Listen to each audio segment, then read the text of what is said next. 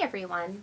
A couple quick addresses to go ahead and wrap up Unit 1, move towards Unit 2, and to talk about all the comments that I give you and how to access them. Let's start with that one.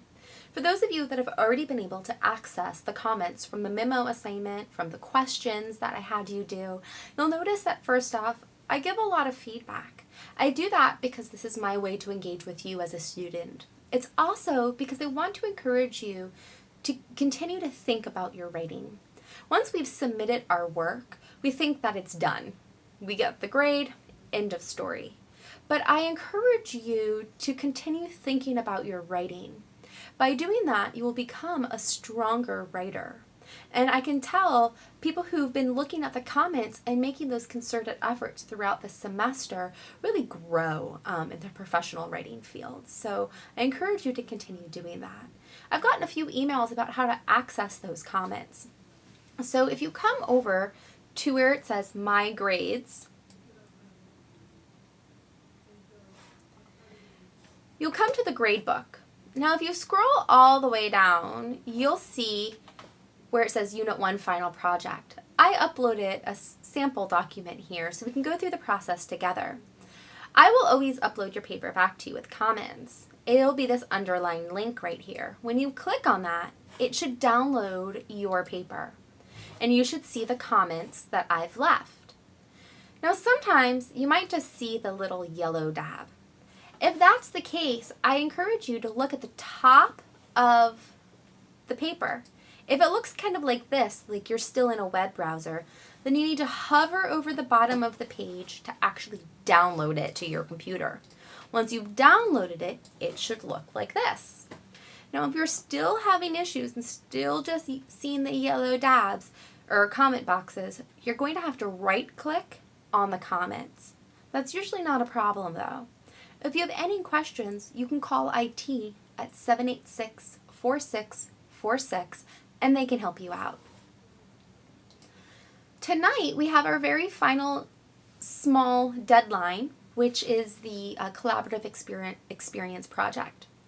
From here, we're going to be moving into our final unit project and into Unit 2.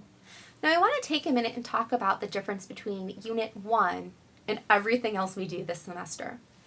Unit 1 has a lot of due dates. We had quite a few things that were due, and they were pretty intense between the questions, the memo, the collaborative experience, communicating with each other, and then our case study, which is our final project. So there's a lot of stuff going on.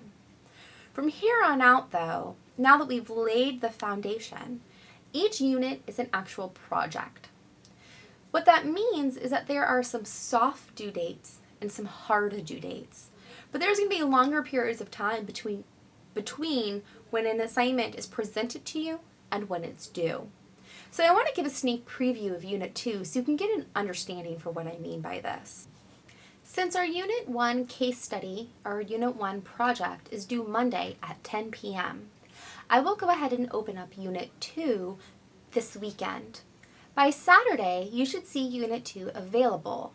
However, I'm not opening it up quite yet because I don't want there to be too much overlap and then things will get overlooked. However, once Unit 2 is open, you'll see that it follows the same format that we've always done.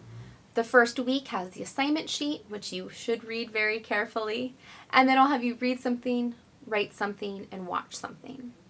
So we'll come down, and this is a professional portfolio unit. So for those of you that already have a portfolio, this is great. It gives you time to modify what you have, to update it, as well as to maybe learn some tricks of the trade that you might not have known before. But as you come down, you'll see that I have that this week's work is due on the 6th, week's 2 work is due on the 13th, and then we have some dates for peer review and final submission on the 24th. For weeks 1 and 2, these are soft due dates. What that means is I've created them because ideally I would like all of that work to be done that week. What that allows then is that you are working methodically through the project as opposed to sitting down at 3 a.m. the night before it's due and just kind of slapping something together. It also allows you to ask questions as we move through the unit as they come up. So for the first week, I ask you to do an audience analysis to find a job position, to analyze the company and the job, and to write a short research paper on that. That's one part of the portfolio. You'll then come down the next week where I talk about drafting the resume and the cover letter. And I have that due as the 13th. But again, that's a soft due date because I'm hoping that you'll then, after the research of the company, do the cover letter, then do the resume. Then when we get to the next week where we're going to be doing interviewing and peer review, you'll have all that stuff done and you'll be able to think about it kind of step by step. Okay, so think about that as the soft due dates. The hard due dates, as you'll see where you're submitting something, come in at the bottom where you have your peer review due, then your peer review and mock interview due back, and then the whole final project due back. But I'll walk you through this more as we actually dive into the unit. But I wanted to give you a heads up that we are going to be transitioning from something due every single, Monday and Thursday to some softer due dates. That can be confusing for some students. So for our second unit, we're submitting everything at the very end. Okay, so there aren't as many check-in dates. But there is quite a bit of information there that we'll be going over.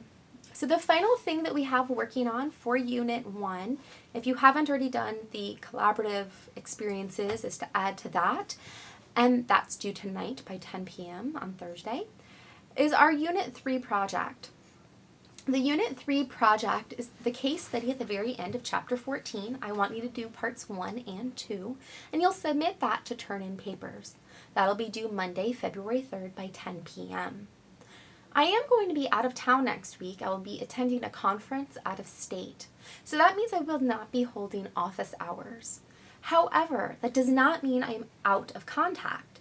Please, if you have any questions, communicate with me via our course blog or send me an email. All right, I hope you all have a wonderful weekend, and I will see you all next week.